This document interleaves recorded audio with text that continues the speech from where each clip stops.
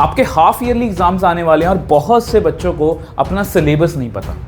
ये जो एटीट्यूड है ना बच्चे, ये आपको लाइफ में कभी भी आगे नहीं जाने देगा। हमेशा मैं बच्चों को एनकरेज करता हूं कि बच्चे प्लीज एटलीस्ट कम से कम आप स्टार्ट तो करो।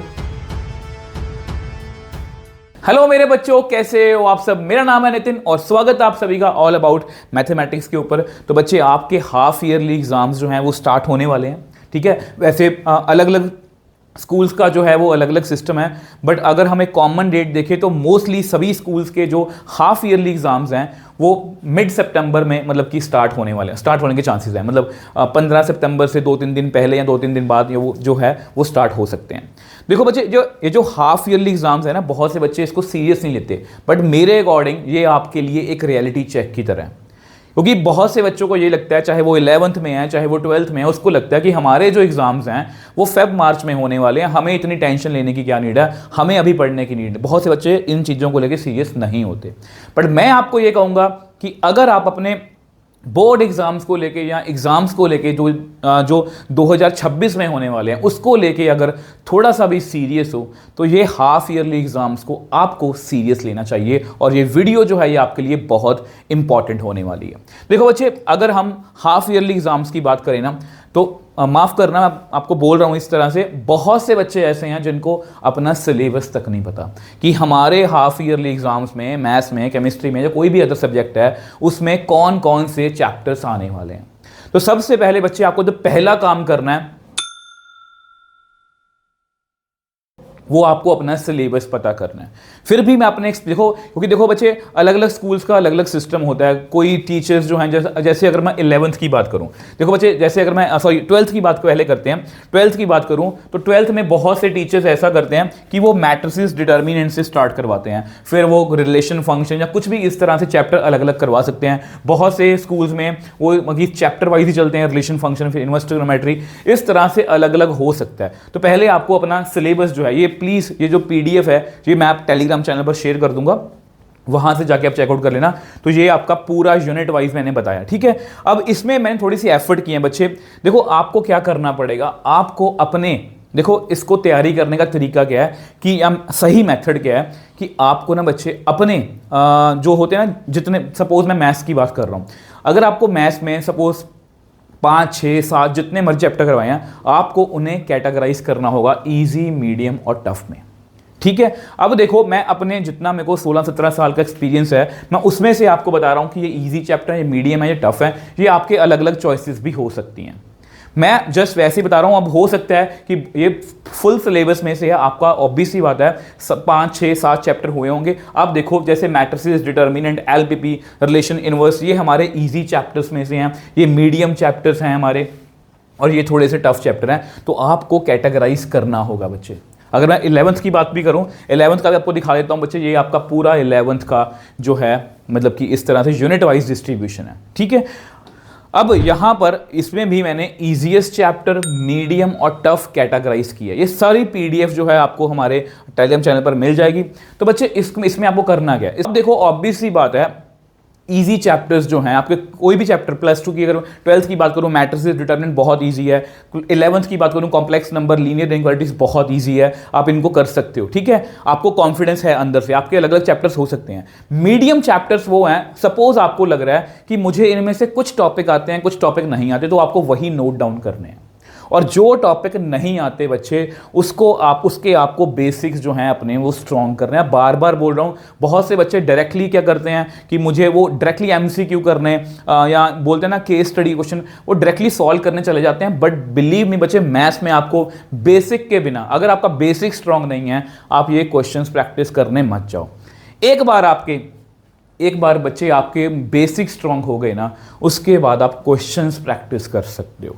अब क्वेश्चंस प्रैक्टिस करने के लिए बच्चे, यहां पर मैं आपको रेकमेंड करूंगा बच्चे, अगर आप 12th में हो तो ये वाला जो ओसवाल बुक की तरफ से आने वाला क्वेश्चन बैंक है, चैप्टर वाइज है, टॉपिक वाइज है।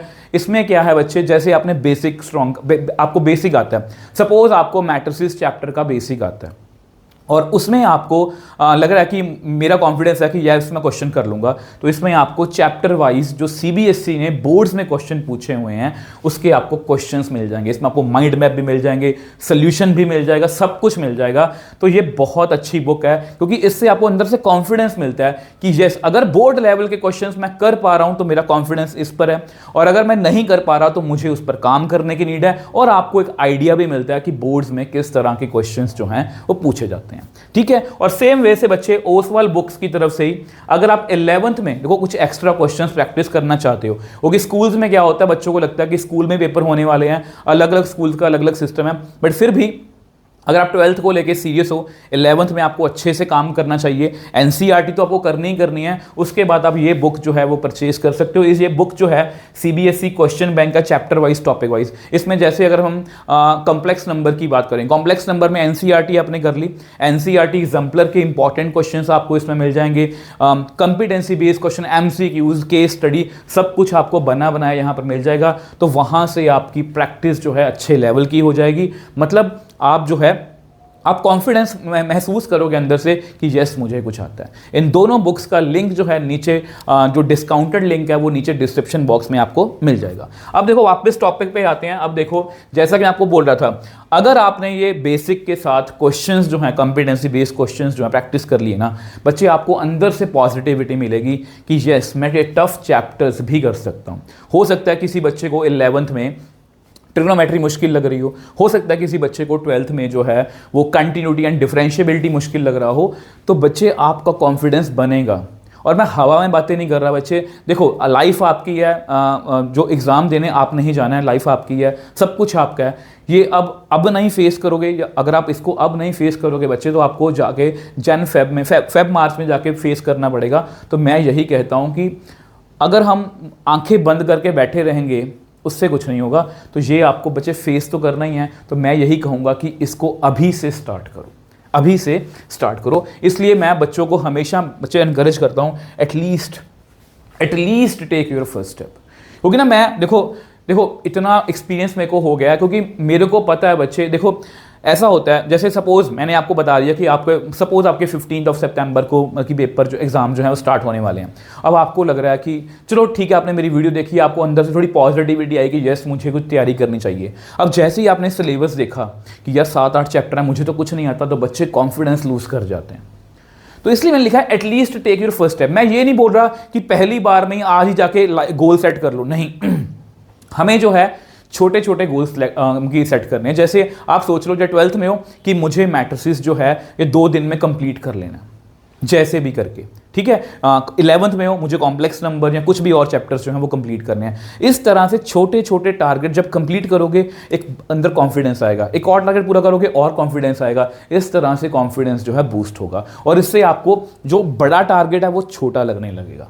तो पहले ही बहुत बड़ा नहीं सोचना, जिससे आप पहले ही कॉन्फिडेंस लूज कर जाओ। तो इस बात का प्लीज आप ध्यान रखोगे। यहाँ पर मैं आपको ये भी कहना चाहूंगा कि प्लीज इस एटीट्यूड को छोड़ दो। बहुत से बच्चे वो वीडियो देख रहे हैं, वो इस एटीट्यूड भी होंगे, तब का तब देखा जाएगा, यार हाफ ईयरली एग्जाम्स ही हैं, सर तो बोल रहे हैं कि फेब मार्च में फाइनल होने हैं, तब की तब देखेंगे। तो प्लीज़ बच्चे इस एटीट्यूड में आपका ये 5-6 महीने कब निकल जाएंगे ना, आपको पता भी नहीं लगेगा। और फिर जाके नवंबर दिसंबर में जाके आप करोगे पैनिक कैसे करोगे? क्योंकि मुझे पता है बहुत से बच्चे क्या करते हैं, फिर उनको लगता है कि मैं यहाँ से कर लूँ, मैं वहाँ से कर लूँ, फिर जब क्वेश्चंस नहीं होते फिर पैनिक, मुझसे ये नहीं हो रहा, उसकी तैयारी इतनी होगी, ऐसा बहुत कुछ आपके मन में आएगा। जितना जल्दी आप खुद से रियलाइज कर लोगे कि मुझे प्रिपेयर होना है, मुझे उस एग्ज़ाम में बैठना है, जितनी जल्दी ये रियलाइज कर लोगे उतना आप इजी रहोगे आगे जाके। और जितना लेट रियलाइज करोगे, सपोज करो बच्चे आज जुलाई चल रही है, ठीक है, अब बहुत से बच्चे डे 1 से पढ़ना स्टार्ट किए हुए हैं, ठीक है। अब हो सकता है कुछ बच्चे आज उठ के, हो सकता है मेरी बातों से इंप्रेस होकर या किसी भी तरह से मोटिवेट होकर वो पढ़ने लग जाएं। अब हो सकता है कुछ बच्चे इस वीडियो को देखें, फिर नेक्स्ट कोई स्ट्रेटजी देखेंगे, फिर कोई नेक्स्ट स्ट्रेटजी देखेंगे, कुछ और देखेंगे, भूल जाएंगे। फिर वही बच्चे नवंबर दिसंबर में जाके पैनिक करते हैं।